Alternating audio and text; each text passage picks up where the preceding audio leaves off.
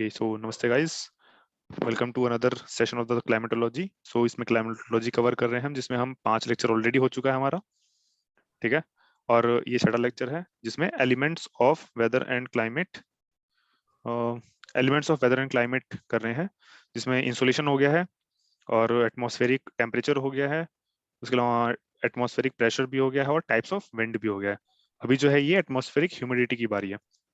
तो atmospheric humidity होती क्या है, अगर हम देखें इसमें डेफिनेशन, तो it refers to the water vapour, मतलब कितना वाटर वेपर प्रेजेंट है एयर में at a given place and time. अच्छा, ह्यूमिडिटी जो है पता है वो टेम्परेचर से इनवर्सली प्रोपोर्शनल क्यों होती है? क्यों? बताओ। मतलब इनवर्सली नहीं, डायरेक्टली प्रोपोर्शनल बेसिकली अगर कहें तो। हाँ, डायरेक्टली देखो, प्रोपोर्शनल। जैसे ह्यूमिडिटी जो एयर की जो वाटर कैरिंग कैपेसिटी होती है ना, वो ऐसे डिफाइन होती है कि जो एयर पार्टिकल है ना, एयर के 2 मॉलिक्यूल हैं, उनके बीच में कितना डिस्टेंस है, उसी डिस्टेंस में जो है वो पानी को कैरी करके चलता है। ठीक है, हम्म तो जब एयर ठंडी होती है तो हम जानते हैं कि वो डिस्टेंस जो होता है पार्टिकल का वो कम हो जाता है, क्लोज आ जाते हैं बहुत। हम्म इसलिए जो है वो वाटर को कम कैरी कर पाएंगे। और जैसे टेम्परेचर बढ़ेगा तो डिस्टेंस भी इंक्रीज हो जाएगा उनके बीच में, 2 मॉलिक्यूल्स के बीच में। बिल्कुल ठीक है, तो बिल्कुल। जितना ज्यादा डिस्टेंस होगा उतना ज्यादा वाटर कैरी कर पाएंगे, इसलिए जो है वो विद टेम्परेचर जो है वो वाटर कैरिंग कैपेसिटी इंक्रीज होती है। इंक्रीज हो जाती है। बिल्कुल ठीक है, सही बात। एयर की। ठीक है, तो एक होती है ह्यूमिडिटी कैपेसिटी। ह्यूमिडिटी कैपेसिटी मतलब maximum amount of water vapour which can be retained by an air parcel. मतलब कितना जो है, मतलब कितनी जगह है उसके बीच में, एयर पार्टिकल के बीच में कितना एक्चुअल में उसकी कैपेसिटी है, कितना वो कैरी कर सकता है। जैसे for example, if you take example of 20 litres bucket, hmm तो इस समय उसमें मान लो 10 लीटर ऑफ पानी हमने डाल रखा है। तो 10 लीटर क्या है? एब्सोल्यूट ह्यूमिडिटी, मतलब उतना प्रेजेंट है उसमें। ठीक है, बट उसकी कैपेसिटी कितनी है? 20 लीटर। 20 ठीक है, लीटर्स की। तो वो होती है ह्यूमिडिटी कैपेसिटी। और एब्सोल्यूट ह्यूमिडिटी मतलब कितना उस समय एक्चुअल में प्रेजेंट है। ठीक है, एक्चुअल में प्रेजेंस है, और बिल्कुल। बिल्कुल, और फिर रिलेटिव ह्यूमिडिटी निकालने के लिए वही कि कितना, रिलेटिव ह्यूमिडिटी निकालने के लिए अगर फॉर्मूला देखें ह्यूमिडिटी कि हाँ, कि अपॉन कितना प्रेजेंट है। जैसे हम बकेट का कैपेसिटी। एग्जांपल लिया था ना, कि इस समय 10 हम्म लीटर जो है उसमें प्रेजेंट है एंड उसकी हम्म कैपेसिटी जो है 20 लीटर है। ठीक है, हम्म तो इंटू 100 कर दें तो ये निकल गया आपका 50%। बिल्कुल। ठीक है, तो 50% जो है रिलेटिव ह्यूमिडिटी। अच्छा, जो हमने वो देखते हैं ना चैनलों पे, जो मौसम की जानकारी देते हैं, उसमें बताते हैं ना कि हम्म, ह्यूमिडिटी इतनी परसेंट रही है, ह्यूमिडिटी उतनी परसेंट रही है, जो बारिश की संभावना देते हैं, तो वो रिलेटिव हाँ हाँ। ह्यूमिडिटी की बात कर रहे होते हैं बेसिकली। ठीक है, ओके। तो जब ये 100% पहुंच जाता है ना, जब ये, ठीक है, उसको हम्म उसको कहते हैं सेचुरेशन। ठीक है, 100% का मतलब टोटल जितनी कैपेसिटी वो फिल हो चुकी है। ठीक है, अब और ज्यादा कैरी नहीं कर सकता वो, और ज्यादा वाटर को इकट्ठा नहीं कर सकता एयर। अब क्या करेगा, जो एक्स्ट्रा वाटर होगा, अब वो जो है बारिश के फॉर्म में जो है वो गिरनी शुरू हो जाएगी। ठीक है, तो प्रेसिपिटेट हो 100% जाएगा। के बाद जो है उसे सुपर सेचुरेशन कहते हैं, और कंडेंसेशन स्टार्ट होता है। कंडेंसेशन कैसे होता है, हमने पहले लेक्चर में देखा था, याद होकर, कि एक हाइग्रोस्कोपिक न्यूक्लियाई के इर्द गिर्द जो है बहुत सारे के। छोटे छोटे वाटर पार्टिकल इकट्ठे होकर जो है बड़ा वाटर पार्टिकल बनाते हैं, और देन वो अंडर ग्रेविटी गिरता है। ठीक है, तो बिल्कुल। कंडेंसेशन का वही फॉर्मूला यहाँ पे लिखा हुआ है कि कंडेंसेशन बेसिकली है क्या, कि process of transformation of water vapour present in the air parcel into minute water droplet और आइस क्रिस्टल, आइस उसी को क्रिस्टल्स। कंडेंसेशन बोल दिया जाता है। ठीक है, और ये जो है कब होता है, जब सुपर सेचुरेटेड हो, मतलब रिलेटिव ह्यूमिडिटी मोर देन 100% हो। दैट मीन्स कि amount of water vapour present in the air exceeds the capacity carrying capacity of the air at that given temperature। ठीक, ये हो गया सिंपल। फिर एयर पार्सल जो है सुपर सेचुरेट कब होता है, जब टेम्परेचर डिक्रीज होगा। टेम्परेचर डिक्रीज होने का क्यों, हाँ, कारण क्या है यहाँ पे, सेचुरेट जैसे क्यों जैसे होगा? हम ऊपर जा रहे हैं, जैसे जैसे हम ऊपर जा रहे हैं तो हाँ, वो टेम्परेचर टेम्परेचर डिक्रीज डिक्रीज होता होगा जा रहा है। वो, हाँ ठीक है, वो भी है। और दूसरा क्या है हम्म कि for example at T temperature जो है उसकी हम्म वाटर कैरिंग कैपेसिटी जो है 20 लीटर की है। ठीक है, बिल्कुल। और इस समय जो है उसमें 15 लीटर जो है प्रेजेंट है। दैट मीन सेचुरेशन नहीं हुआ। बट जब टेम्परेचर डिक्रीज होगा तो क्या कैपेसिटी जो है वो डिक्रीज होगी। ठीक है, क्यों? क्योंकि टेम्परेचर और हम्म कैपेसिटी जो है वो डायरेक्टली प्रोपोर्शनल है। टेम्परेचर डिक्रीज होगा, जैसे मान लीजिए टेम्परेचर जो है वो समथिंग T-10 डिग्री पे चला गया। ठीक, बिल्कुल। तो और उसकी वाटर कैरिंग कैपेसिटी अब 20 लीटर से आके 12 लीटर हो गई है, बट उसमें प्रेजेंट कितना है, 15 लीटर है। तो दैट मीन्स वो कैपेसिटी से ज्यादा हो गया। अब कैपेसिटी ज्यादा हो गया तो वो जो है अब बाकी 3 लीटर जो है वो रेन की फॉर्म में गिर जाएगा। तो वो होता है। ठीक है, कंडेंसेशन जो है वो टेम्परेचर डिक्रीज होगा तब जो है सेचुरेशन। वो कंडेंसेशन का प्रोसेस स्टार्ट होगा। तो सेम वही एडियाबैटिक कूलिंग एक दिखाया गया यहाँ पे कि cooling of air parcel due to expansion of air parcel. अच्छा, जब ऊपर उठती है हवा तो ना वो एक्सपेंड होती है, ठीक है, एयर पार्सल जो है एक्सपेंड होगा। अब एयर पार्सल के एक्सपेंड होने से क्या होगा कि एरिया इंक्रीज हुआ, ठीक है, एरिया इंक्रीज हुआ तो जो सेम अमाउंट ऑफ हीट था जो वो मान नहीं लीजिए कि रहेगी, सेम 1 सेंटीमीटर स्क्वायर में फैल रहा था, अब वो एरिया इंक्रीज होकर 2 सेंटीमीटर स्क्वायर हो गया, अगर तो 2 सेंटीमीटर स्क्वायर में फैलेगा, ठीक है। रहेगी। तो पर यूनिट जो हीट होगा ना वो डिक्रीज होगा, ओवरऑल हीट नहीं डिक्रीज होगा, ओवरऑल हीट तो सेम रहेगा, ठीक है, but per unit overall heat जो हीट है ना सेम वो रहेगा। डिक्रीज हो जाएगा, ठीक है। हाँ उसी को कहा बिल्कुल। जाता है कि एडियाबैटिक कूलिंग कह दिया जाता है, ठीक है। Means heat remains constant, heat constant होगा बट वॉल्यूम इंक्रीज होगा, वॉल्यूम ठीक उसका है। इंक्रीज कर रहा है, राइट। बिल्कुल बिल्कुल यही है यहाँ पे। तो अच्छा, जिस जिस टेम्परेचर पे सेचुरेशन होता है, एक मिनट, आई थिंक 1 सेकेंड, एक नोटिफिकेशन तो आई थी। हाँ, तो एक ना ड्यू पॉइंट कहते हैं, एक ना ड्यू पॉइंट कहते हैं, ड्यू पॉइंट वो टेम्परेचर है, ठीक है, जिस पर आकर जो है सेचुरेशन होना शुरू हो जाता है, ठीक है, उसे कहते हैं ड्यू पॉइंट। तो ये ड्यू पॉइंट जो है it can be 0 degree as well, ठीक है, can be less than 0 degree, ठीक है, and can be greater than 0 degree. तीनों ही केस में क्या इंपॉर्टेंट होगा कि सेचुरेशन अगर ड्यू पॉइंट जो है वो अबव 0 डिग्री है, दैट मीन्स मोर देन, अगर 0 डिग्री से ऊपर ही है के बाद ही 0 डिग्री से ज्यादा टेम्परेचर पर अगर सेचुरेशन होता है तो बर्फ नहीं बन पाएगा पानी, जैसे हम जानते हैं 0 डिग्री पे आके पानी जो है बर्फ बनता है। तो ये जो हम्म। है बारिश होगी, रेनफॉल होगा, ठीक है। बट अगर जो है लेस देन 0 पे जाके ड्यू पॉइंट आता है, दैट मीन्स सेचुरेशन होता है, तो वो क्या होगा, स्नोफॉल होगा। स्नोफॉल हो जाएगा वहाँ पे। बिल्कुल, क्यों, क्योंकि वो 0 से नीचे चला गया तो वो अब कंड बर्फ बन गया, ठीक। बर्फ बन गया, आइस बिल्कुल क्रिस्टलाइज ये हो है। गया। तो कंडेंसेशन जो है वो ड्यू पॉइंट पे होता है, बिल्कुल जाहिर जाहिर सी बात है। High clouds found in desert area due to low RH, relative humidity जो है वो अच्छा, ये जो है जो डेजर्ट एरिया होगा ना, डेजर्ट एरिया में जो है एब्सोल्यूट ह्यूमिडिटी जो होगा, मतलब amount of water vapour present in the air, वो बहुत कम होगा। तो कंडेंसेशन होने के लिए उसको बहुत हाई जाना होगा, बहुत हाई जाएगा, बहुत ज्यादा टेम्परेचर डिक्रीज हो जाएगा, उसके बाद जाके होगा। इसलिए जो है वहां पे इतना ऊपर चला जाता है कि अगर बारिश होती भी है तो वो हवा में ही जो है वो वापस से वेपर बन कम हो के जाती वापस है। चला जाता है, वो जमीन तक गिरता ही नहीं है, इसलिए डेजर्ट में बारिश कम होती है, ठीक है। बिल्कुल बिल्कुल।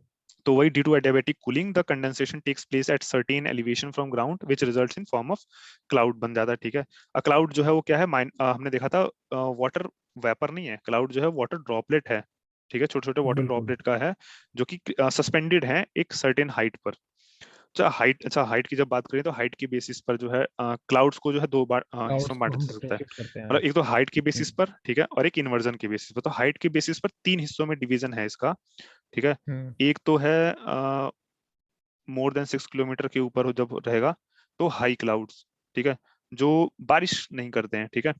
फिर आता है 6 किलोमीटर टू 2 किलोमीटर के बीच में, जिसे बोल जाएंगे मीडियम लेवल का क्लाउड, मीडियम। हम्म। ठीक है, ये भी बारिश फिर इतना आता नहीं करते हैं। फिर आता है लो, नहीं करते लो हैं। वाले जो है 2 किलोमीटर नीचे। अच्छा, मैं पहले समझता था कि जब छोटे थे तो कि बादल तो बहुत ऊपर ऊपर होते हैं, 10 10 12 12 किलोमीटर वहां से बारिश होती होगी, लेकिन एक्चुअली जो बारिश करने वाले बादल हैं वो 2 किलोमीटर वो तक सबसे ही नीचे हाइट, वाले होते हाँ हैं। बिल्कुल बिल्कुल, वो नीचे वाले ही हम्म। होते हैं। तभी मैं वो समझ नहीं पाता था कि वेस्टर्न घाट की हाइट तो हार्डली 2 किलोमीटर के 2 3 किलोमीटर के आसपास है, तो कैसे जो है साउथ वेस्ट मानसून वेस्टर्न घाट से आके टकरा के बारिश कर देता है, टकरा जबकि के वो, बिल्कुल हाँ बिल्कुल। बिल्कुल। तो ये रीजन ये है कि 2 किलोमीटर से नीचे वाला ही बारिश करने लायक होता है। अच्छा, हम्म। जो हाई क्लाउड्स हैं वो उनको जो है 3 हिस्सों में बांटा गया, इसके 3 टाइप वेरियस के होते हैं। फॉर्म्स हैं, हाँ। बिल्कुल, सीरस है जिसको व्हाइट फेदर लाइक सिरस। होता है, ठीक है। फिर सीरो स्ट्रेटस जिसको शीट लाइक कहते हैं, फिर सीरो क्यूमुलस कॉटन लाइक। अच्छा, स्ट्रेटस का मतलब होता है शीट लाइक और क्यूमुलस का मतलब होता है कॉटन लाइक, ठीक है। हम्म। ठीक है, तो वो कहीं भी आए, जिस मीडियम में भी, मीडियम के लिए ऑल्टो शब्द का यूज किया गया है यहाँ पे, ठीक है। हम्म। मीडियम के लिए ऑल्टो शब्द का यूज किया गया है, और सेम स्टेटस और क्यूमुलस वो जो है वो लो है, के लिए यूज किया है। हाँ मतलब स्टेटस आपका शीट लाइक है और क्यूमुलस आपका डोम हाँ, लाइक है। मीडियम के लिए ऑल्टो शब्द का यूज है यहाँ पे, ठीक है। हाँ। और शीट लाइक मतलब स्टेटस मतलब शीट लाइक, हाँ। और क्यूमुलस हाँ, मतलब यहाँ डोम पे लाइक। एक ये बात और ध्यान देनी है हमको पवन, कि जो हम्म। मीडियम में है ड्रिजल्स जो होती हैं, हाँ, ड्रिजल, है हल्की ना, हल्की बूंदाबांदी हो जाती है, वो ड्रिजल हो जाती है, हाँ बट वो बारिश नहीं आता होती है है। मीडियम क्लाउड्स, बारिश नहीं बिल्कुल होती है। बिल्कुल।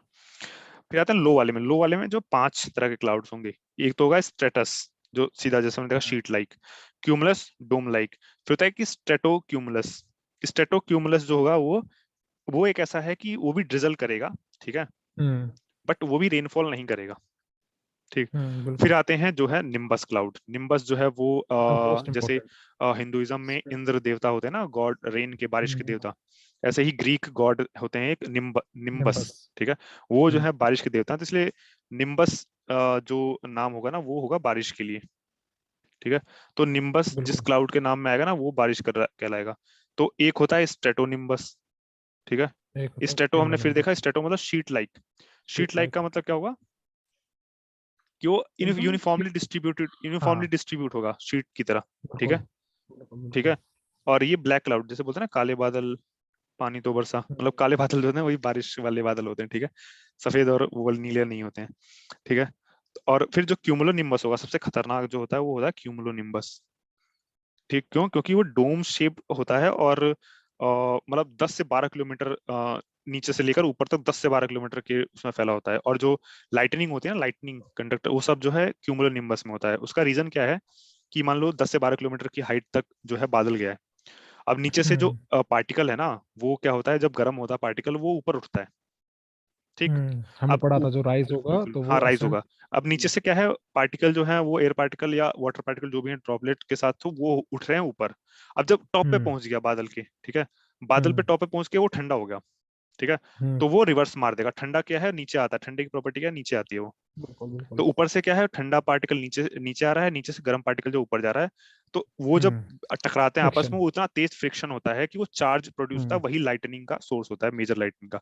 तो जो क्यूमुलो एग्जैक्टली। निम्बस क्लाउड है ना, यही लाइटनिंग करवाती है, ठीक है। बिल्कुल। क्यूमुलोनिम्बस में ही जो है वो होता है rapid rise of air parcel formed cumulonimbus and cause heavy rainfall. और जब राइज रैपिडली राइज होती है ना, तो फ्रिक्शन होता है जिससे चार्ज फॉर्म होता है और लाइटनिंग होती है, ठीक।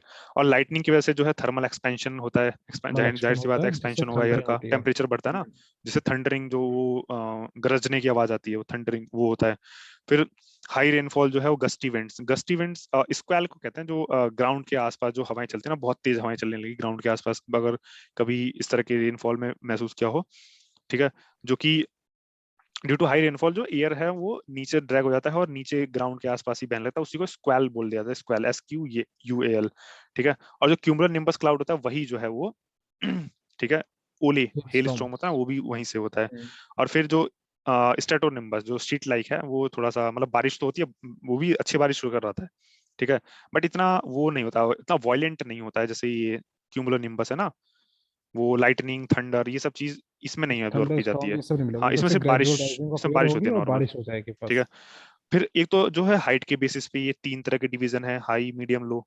फिर दूसरा आता है ना उसके बेसिस पे, इन्वर्जन के बेसिस पे, टेम्परेचर हम्म इन्वर्जन देखा था हमने, याद है, कि जमीन के हम्म। आसपास आ जाता है। तो जो जमीन ठंडा हो फॉग जाएगा एकदम। ड्यू है, जो फॉग, अच्छा फॉग ड्यू जो होते हैं ना, ये फॉग हो गया, हम्म। ड्यू हो गया, फॉग ये ड्यू बेसिकली फ्रॉस्ट। क्लाउड्स होते हैं जो जमीन के पास पाए जाते हैं, ठीक है, बिल्कुल। ठीक है। तो फ्रोस्ट ये सब बनता है इन्वर्जन से, ठीक है। तो दैट्स इट इज, ठीक है। अब देखते हैं जो प्रेसिपिटेशन क्या होता है, टाइप्स ऑफ क्लाउड देख लिया हमने, अब टाइप्स ऑफ प्रेसिपिटेशन देखें। कि प्रेसिपिटेशन का मतलब होता है वही एटमॉस्फेरिक वाटर जो है ना, वो ग्राउंड पे गिरे जब वेरियस फॉर्म में, वेरियस फॉर्म मतलब कि वो रेनफॉल भी हो सकता है, स्नोफॉल भी हो सकता है, स्नोफॉल स्लीट स्लीट भी हो हेल सकता है, स्टॉर्म्स। ठीक है, हेल स्टॉर्म, ओली, ये कुछ भी हो सकता है किसी ये फॉर्म में। एक टेक्निकल वर्ड है प्रेसिपिटेशन, जिसको हाँ, हम रेनफॉल जनरली बोल देते हैं। प्रेसिपिटेशन बिल्कुल इज अ बिल्कुल। More technical word. हाँ, प्रेसिपिटेशन मतलब ऐसा टेक्निकल वर्ड है कि मतलब एटमॉस्फेयर में जो भी प्रेजेंट है वाटर, वो जमीन पे हम्म। गिरे ग्रेविटी के इन्फ्लुएंस में, वही जो है प्रेसिपिटेशन है, ठीक है। और एक होता है कोलिसेंस, कोलिसेंस मतलब मर्जिंग ऑफ माइन्यूट, जो हमने देखा था ना माइनर हाइग्रोस्कोपिक ड्रॉपलेट्स। न्यूक्लिया के इर्द गिर्द, ठीक है, वही जो उसी की हम्म। वजह से प्रेसिपिटेशन होता है, ठीक है। तो अभी हम देखा 4 तरह के प्रेसिपिटेशन होंगे, कि रेनफॉल, अगर जो है ड्यू पॉइंट जो है, if dew point is greater than 0 degree dew Celsius. Point is greater than 0 degree, then जो है रेन होगा, ठीक है, लेस देन हो जाएगा ठीक है। Snow. If it is less than 0 degree, then it will be snowfall, ठीक है, लेस देन 0 डिग्री पे it will be snowfall. And अगर मिक्सचर हो जा रहा है, अगर जीरो है, अगर हाँ उसके जीरो बीच है में। अगर, तो मिक्सचर होगा बिल्कुल, पानी हम्म और वो जो बर्फ है वो दोनों गिरेंगे। और हेल स्टॉर्म तो जानते हैं क्या है, कि स्ट्रॉन्ग जब करंट चलती है तो हेल स्टॉर्म होता है, जो बिल्कुल। ओले जिसको आम भाषा में कहा जाता है, ठीक है। तो कंडेंसेशन देखा ना, मैं ड्यू पॉइंट पे डिपेंड करता है, but form of precipitation depend on temperature of lower layer of atmosphere, ठीक है। लोअर लेयर में क्या, लोअर लेयर के एटमॉस्फेयर में क्या टेम्परेचर है उसके ऊपर डिपेंड करेगा कि किस तरह का प्रेसिपिटेशन हो रहा है। ठीक है, एग्जैक्टली। तो ये हो गया। फिर टाइप्स ऑफ प्रेसिपिटेशन। अच्छा, टाइप्स ऑफ प्रेसिपिटेशन अगर हम देखें ना प्रेसिपिटेशन। तो किस तरह से उनका मैकेनिज्म क्या होता है, कॉजल मैकेनिज्म क्या होता है। तो तीन तरह के होते हैं बेसिकली। एक तो होता है कन्वेक्टिव रेनफॉल, एक होता है ओरोग्राफिक रेनफॉल, और एक होता है फ्रंटल रेनफॉल। ठीक है, तो हम्म। पहला अगर हम देखें ना कि convective rainfall, convective convective rainfall. Rainfall का मतलब क्या है कि सीधा सीधा जो हमने मैकेनिज्म देखा ना अभी कि मान लीजिए एक एयर पार्सल है, सनरेज। एयर पार्सल में थोड़ा वाटर पार्टिकल है। अब वो गर्म हो रहा है तो गर्म होने की वजह से, टेम्परेचर कम होने की वजह से, ज्यादा होने की वजह से ऊपर उठना शुरू करेगा। अब जैसे ऊपर उठना शुरू करेगा ना, तो जो उसकी कैपेसिटी है, कैरिंग कैपेसिटी है, वो टेम्परेचर के साथ डिक्रीज होना शुरू हो जाएगी। ठीक है, हम्म। और टेम्परेचर डिक्रीज होगी तो वो जो है बारिश की फॉर्म में हो जाएगा। तो कन्वेक्शन रेनफॉल उन एरिया में होता है जहाँ पे बहुत हैवी सनलाइट पड़ती है, बहुत ज्यादा टेम्परेचर होता है। जैसे फॉर एग्जांपल जो इक्वेटर में बारिश होती है ना, इक्वेटोरियल रेन के फॉरेस्ट पास। में, वो सब हम्म। कन्वेक्टिव होती है। ठीक कन्वेक्टिव। है, हीटिंग, अच्छा ये चीटिंग नहीं है, हीटिंग है, ये ब्रैकेट ठीक है। हीटिंग ऑफ हीटिंग ग्राउंड बोलने ड्यू टू वाला हाई था। इंसोलेशन और duration of this rainfall decreases with increase in latitude. जैसे हमने कल देखा था ना ट्रेड विंड वाले में, कि इक्वेटर हम्म। से पोल की तरफ जाते हैं तो बारिश डिक्रीज होना शुरू हो जाती है। बारिश डिक्रीज होती है। हाँ, उसका रीजन ये एग्जैक्टली। है कि वो ये कन्वेक्टिव रेनफॉल जो है वो टेम्परेचर पे डिपेंड करता है। टेम्परेचर जैसे हम इक्वेटर से दूर जाएंगे पोल्स की तरफ, टेम्परेचर घटना शुरू हो जाएगा, उस तरह से कन्वेक्टिव रेनफॉल जो है कम हो जाएगा। तो ये जो है ज्यादातर इक्वेटर के आसपास वाले इलाके में देखी जाती है। फिर दूसरा होता है ओरोग्राफिक। ओरोग्राफिक, ओरोग्राफिक का मतलब वही जो हम वो ना जो पहाड़ से ओरो का मतलब होता है पहाड़। ठीक है, पहाड़। तो माउंटेन। ओरोग्राफिक रेन जो है, जैसे साउथ वेस्ट मानसून है ना अपना, हम्म। वो जब आता है वेस्टर्न घाट से टकरा कर जो है, जैसे फॉर एग्जांपल ये जो है पहाड़ है। ठीक है, अब क्या हुआ कि हवाएं यहाँ से आ रही हैं। ठीक, ब्लू कलर का ले लेते हैं, हवाएं यहाँ से आ रही हैं, तो यहाँ से टकरा के ये ऊपर उठना शुरू करेंगे। अब ऊपर उठेंगे ना तो इस साइड जो है ना, ये विंडवर्ड साइड यहीं पे कहलाता है रेनफॉल ये। हो जाएगी। हाँ, हाँ, ये विंडवर्ड कहलाता है साइड है, यहाँ विंड, पे रेनफॉल हो जाएगी। हाँ ये विंडवर्ड साइड कहलाता है, यहीं पर रेनफॉल हो जाएगी। अब जब यहाँ से रेनफॉल होने के बाद जब इस साइड उतरती है हवा, तो नीचे जानी शुरू हम्म। हो जाएगी ये। ठीक है, अब बिल्कुल। नीचे जाएगी तो फिर जो है इसका टेम्परेचर इंक्रीज होना शुरू हो जाएगा। टेम्परेचर इंक्रीज हम्म। होगा तो कैपेसिटी इंक्रीज हो जाएगी। ठीक है, हम्म। प्लस कैपेसिटी इंक्रीज होगी, प्लस जो सारा पानी है अपना, तो ये तो यहीं यहीं गिरा के आ गई ना ये, यहाँ बिल्कुल। पे नहीं बारिश कर पाएगी, इसलिए इसको लीवर्ड कहते हैं, लीवर्ड साइड। Levered side. जो बैकवर्ड बैक साइड होता है साइड, ना, जहाँ लीवर्ड साइड, बारिश नहीं होती है, तो एग्जैक्टली। अपना जो डेक्कन ट्रैप है ना, डेक्कन ट्रैप, डेक्कन प्लेटू वाला जो रीजन है, हम्म। ठीक है, वो आ जाता है लीवर्ड साइड में, इसलिए वहां पे बारिश लीवर्ड कम साइड होती पे है। सारी बारिश कम बारिश जो है होती वो है। डेक्कन, ठीक है। और सेम मैकेनिज्म ये है, जो मानसून आता है वो हिमालय से टकरा के भी इधर ही बरस जाता है, हिमालय के पार नहीं जाता है। ठीक है, हम्म। ये सेम मैकेनिज्म बैरियर की, ओरोग्राफिक बैरियर की तरह काम करता है। ठीक है, जैसे वो सब इसमें दिया हुआ है। फिर तीसरा और मेन इंपॉर्टेंट जो है ना, वो है फ्रंटल रेनफॉल। Frontal rainfall. ठीक है, फ्रंटल रेनफॉल जो है वो कैसे होता है, फ्रंट क्या होता है बेसिकली। अभी दो फ्रंट हम ऐसे समझ सकते हैं ना कि दो कोई बिल्कुल आमने बिल्कुल, सामने खड़े हैं, मान लो। बिल्कुल बिल्कुल, हम फ्रंट दोनों का आमने मतलब सामने हैं, ऐसा फ्रंट समझ है। लीजिए कि लड़ाई होती है, युद्ध के मैदान में जो फ्रंट हम्म। बनता है ना, तो वही है।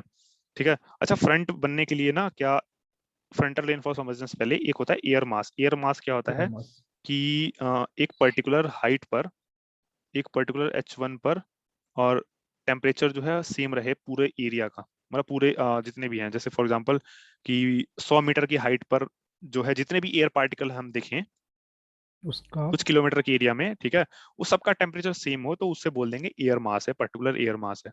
ठीक है, हम्म।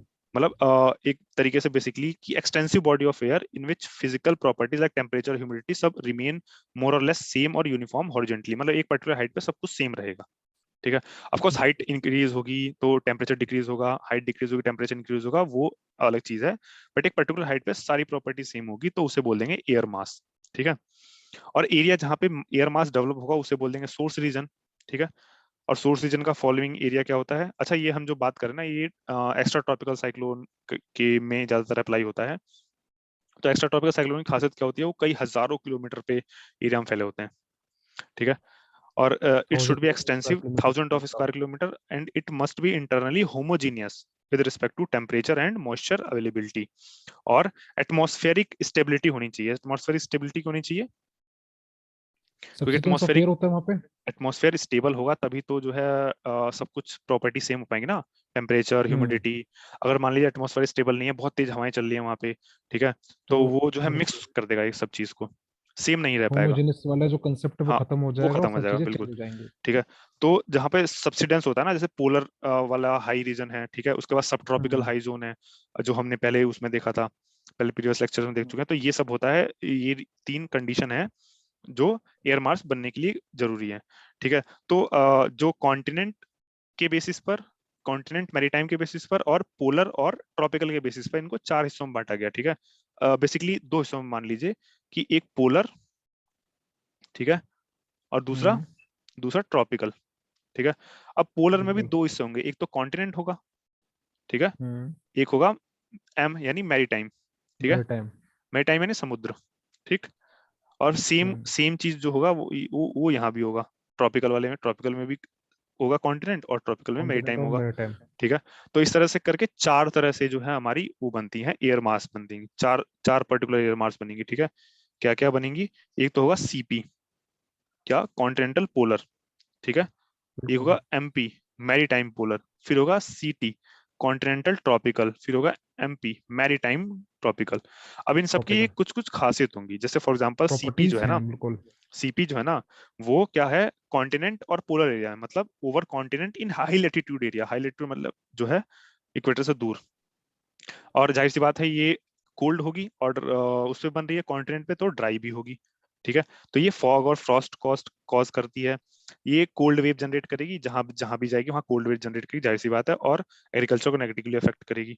ठीक है, मेनली नॉर्थ वेस्ट इंडिया में जो है, वेस्टर्न यूपी में आते हैं ना कोल्ड वेव्स आती हैं जनरली, जो सुनते हैं हम। Western disturbances. हाँ, वेस्टर्न डिस्टर्बेंसेस नहीं कह सकते, मतलब कुछ कुछ मैकेनिज्म है, बट कोल्ड वेव जो जनरेट होती है वो ये लेके आता है। That's hmm why north India जो है, नॉर्थ वेस्ट इंडिया जो है, वो विंटर में कम बारिश होती है कंपेरेटिवली।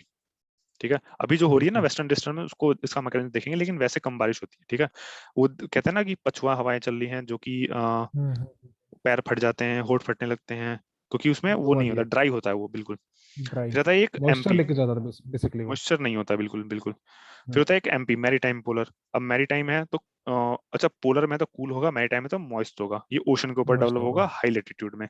जो नदर्न, हम्म नॉर्थ अटलांटिक, अच्छा अटलांटिक ओशन को 2 हिस्सों में बांटे अगर, नॉर्थ अटलांटिक, साउथ अटलांटिक, तो नॉर्थ अटलांटिक को भी 2 हिस्सों में बांट सकते हैं, northern north Atlantic, southern south Atlantic. तो नदर्न नॉर्थ अटलांटिक में जो है ये बनती है ज्यादातर, जो ओके। वेस्टर्लीज है ना, इनको वेस्टर्न यूरोप में ले जाती हैं, और नॉर्थ हम्म पैसिफिक ओशन में, वेस्टर्न यूएस कनाडा, इन सब रीजन में बहती हैं ये। तो ये क्या करते हैं, कूल और मॉइस्ट बनाती हैं। फिर आती हैं जो है ये कॉन्टिनेंटल ट्रॉपिकल।